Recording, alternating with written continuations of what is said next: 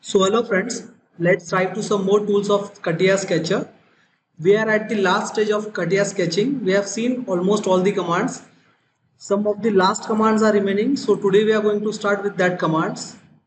We'll say part, design, and this will be the last lecture for CATIA Sketcher. Day 4. Say OK. Now we have these planes. I'm going to select one plane here and say sketch. This is the sketcher tab. Say sketch. We have already seen the operation toolbar here. Only these project entities are remaining now. We'll see that in 3D. Here we have seen the constraint, means how to apply the relations and how to apply the dimensions by using these two commands. We have also seen multi-constraint here. In profile toolbar we have seen lines, rectangles, circles. Today we are going to start with splines and some more remaining commands. So here I'll start with spline. Spline is a flexible line which can be used as a guide curve or a path. Now as I have clicked here to make this line, wherever I clicked there are some grip points which can be used to stretch the lines and acquire the shape we want. This is the flexible line. We are not going to define this line here. We can adjust it according to the path or guide curve we require. Now one more line I'm going to make here. So whatever clicks I'm going to tick, this will be the grip points. Now we can see these grip points. They are flexible. We have the second type of spline, that is connect line. This is used to connect the two splines together. So here we have seen how these two lines are being connected with a connecting spline. Here also we can do that.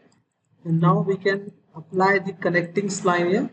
Say connect, select both the lines, and one connecting line has been applied here. So these are the flexible lines, we can say splines. Select and delete it. After splines we are going to go for ellipse command. So here starting with the center, first point and the last point. Center, first point and last point. So here to define the ellipse we are going to provide the dimensions between side and center. So I'm going to take this half of the major axis as 100. So the total major axis will be 200. The second minor axis we are going to take it here 60. So the total minor axis distance will be 120. It is sometimes difficult to define the ellipse, but we can complete it by applying the relations such as pressing Ctrl and selecting the axis as well as one side of the ellipse. Go here and say horizontal. Say OK. We have selected axis and one side of the ellipse. We have not selected any points here, and we have applied the relation as horizontal. In this way this ellipse has been made. So the unit of measurement for ellipse is major and minor axis. Next we are going to go for line command. It is same as a profile command, but when you start with the line and end at any point, we cannot continue the line. It will only be created for once, and then we have to select the command again if you want to use this command. So this is a regular line. Now we want to provide the relation. I'll select the line, and here we are going to select the constraint dialog box. We'll get all the relations for the lines and all entities here only. So I'm going to say vertical for this line and say horizontal. Here also vertical. We don't have the equal relation here for making the dimensions equal, which we have in other software such as SolidWorks and Solid Edge. So if you want to make these lines equal, provide the dimension for the first line. I'm going to say it 180. Then I'm going to make one construction line here at the end of this line. Then select the construction line and the endpoint of the other line. Provide the relation as coincide. Now as this line and this endpoint of the other line is connected or coincided, in this way only we can make them equal. Next, in lines only we have the second type, that is infinite line. So this infinite line is used to make reference construction lines only. We can see in sketch tools there are subtypes, so we can make these lines vertical, inclined or horizontal. It is by default coming horizontal. I am going to take it vertical line. So here this vertical line is coming, and if I want to make this line at angles, we can go for that also. Select the line, select the subtypes as line through points, and here we can make this line inclined by providing the angle here. So I'm going to take this angle as 135, and this line has been made. So this were the infinite lines. So for the next line we are going to make some entities here. I'm going to make one circle Now when we are making circle, it is by default taking relation as tangent with this line here. If you want to delete that relation, just select the relation and say delete. We'll make one more circle here. I'm going to select the circle command. One more circle. We provide the dimensions. Say 300 of this circle's diameter, and this diameter we are going to take as 120.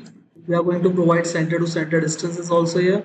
So for center to center distance, select the center points of the circle and say 300. Next we are going to make one line, say profile line. It will start from one end and end at the other end. But in this case we need to provide tangency by selecting the control key and then going for the relation as tangency in this constraint dialog box. But we can do the same thing by providing the line by the third type, that is by tangent line. So in by tangent line we need to select both the circles, and this line will come by default with tangencies only, connecting it with the circles as tangency. Again, I'm going to delete this one. Go for bar tangent line, select both the circles, and you will get the tangent line with both the sides tangent on the circles. We can make bar tangent line at cross sections also. So I'm going to select this circle here, and the other point I'm going to select at the lower side of the circle. So in this way also you will get the tangent line. Same way, you don't need to apply tangency manually, it will come by default only. Now the next type of line we are going to see here is bisecting line. It is kind of infinite line only. You just need to select two lines and the bisecting line will be created which will be infinite. Once again, bisecting line, select both the lines, you will get this infinite. Next type we are having here is line normal to curve. You just need to select the curve and one line will be appearing there which will be at exact perpendicular relation with the circle. We can see here this relation is coming perpendicular with the circle. So this is line normal to curve. You just need to select the curve and the line will come normal or perpendicular to the curve. Next we have the axis. So it can be used as a construction line also. Now the plane is tilted, we can make it normal by using this command in view tab, that is normal to this arrow. And now we can place this point here. So this point is been placed. If you want to define the position of the point, it will be similar to how we define the other sketches, that is by providing horizontal and vertical distances. So I'm going to provide horizontal and vertical distance here. Say right click and say vertical. So now this point is coming or appearing as a green color point, means it is completely constrained.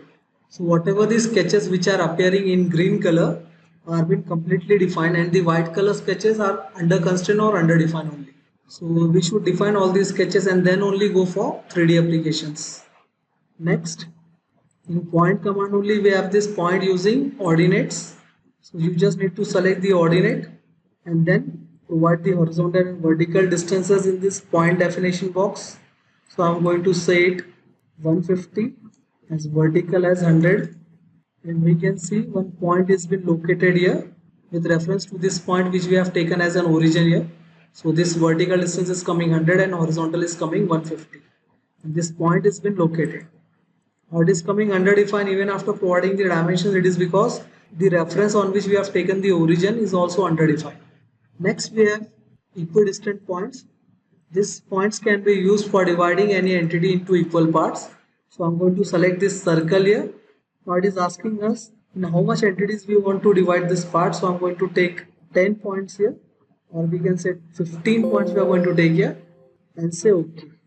Now we can see points are appearing equidistantly here. In this way we can provide the points. We can do this for line also. Select this command.